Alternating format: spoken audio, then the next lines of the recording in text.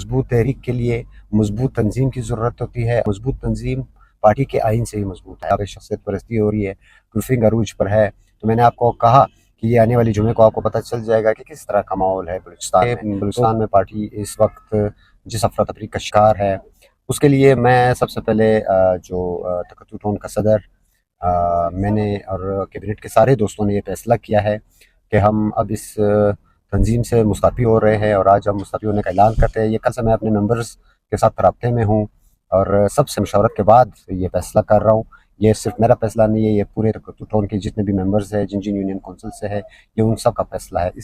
اس کے پیچھے کیا وجوہات ہو سکتی ہے وہ آپ کو پتہ ہے کہ ایسا تنظیم صوبائی لیول پہ یا ڈسٹرکٹ تک جو ایک نااہل کیبنٹ ہو, جو اپنے یعنی غلط فیصلوں پہ چل رہا ہو, جو آئینی اصولوں کو نہیں مان رہا ہو, ان کے ساتھ چلنا بہت مشکل ہے. تکتو ٹون کوئٹہ ڈسٹرکٹ میں ایک ٹون ہے, وہ ایک فعال تنظیم رکھتا ہے, آج تک رکھتا تھا. یعنی آج کے بعد تو تقریباً میں سمجھتا ہوں ختم ہے. انہوں نے کتنے کام کیے, وہ یعنی آئین کے لیے کام کر رہے تھے, وہ آئینی اصولوں پہ تنظیم پہ کام کر رہے تھے.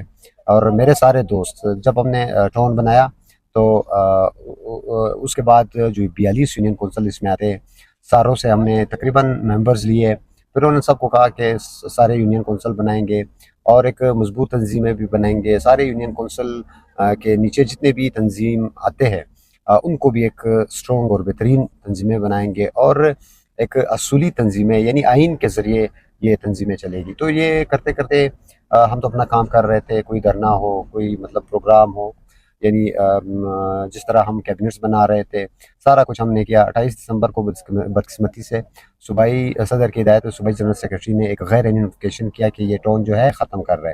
جب نے وجوہات معلوم کی تو یہ تھا کہ ہم کام کر رہے تھے اور ہم آئینی اصولوں پہ کام کر رہے تھے, اور آج یہ اعلان کر رہا ہوں کہ ہم اس لیے مستعفی ہو رہے ہیں کہ یہ لوگ گراس روٹ لیول تک پارٹی کو نہیں چھوڑ رہے. بلوچستان میں پارٹی جن مشکلات کا شکار ہے اس کی جو مین وجہ ہے تنظیموں کو وہ پاور نہیں دیتا جو پاکستان تحریک انصاف کے آئین نے دیا. یعنی ڈسٹرکٹ نے یا صوبے نے جو فیصلہ کیا کہ آپ نے آنا ہے, اپنے جھنڈے اٹھانا ہے, اپنے زندہ باد مرد آباد کرنا ہے, باقی کوئی تنظیم نہیں ہے. کوئی تنظیم کا جو ایک اصولی میٹنگز ہوتے ہیں یا ان کا کام ہوتا ہے, ان کے سفر کرنا ہوتا ہے, یا کوئی اگر ان میں اختلافات کرنا چاہے کسی علاقے میں یا کسی یونٹ میں, کسی یونین کونسل میں, کسی کی روک ٹوک نہیں ہے. سمجھتا ہوں کہ تنظیمیں یہ لوگ بغیر آئین کے چلا رہے تھے. میں سمجھتا ہوں اب تب تک اس سسٹم کے ساتھ کام نہیں کر سکتے جب تک آئینی اصولوں پہ تنظیمیں نہیں بنتی.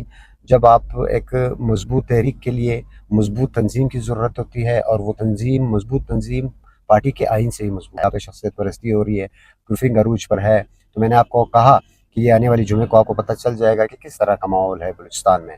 تو صوبائی یہ جو موجودہ کیبنٹ ہے, ضلعی کیبنٹ کی میں بات کر رہا ہوں, جنہوں نے غیر آئینی طور پہ یعنی ایک ٹون موجود ہے.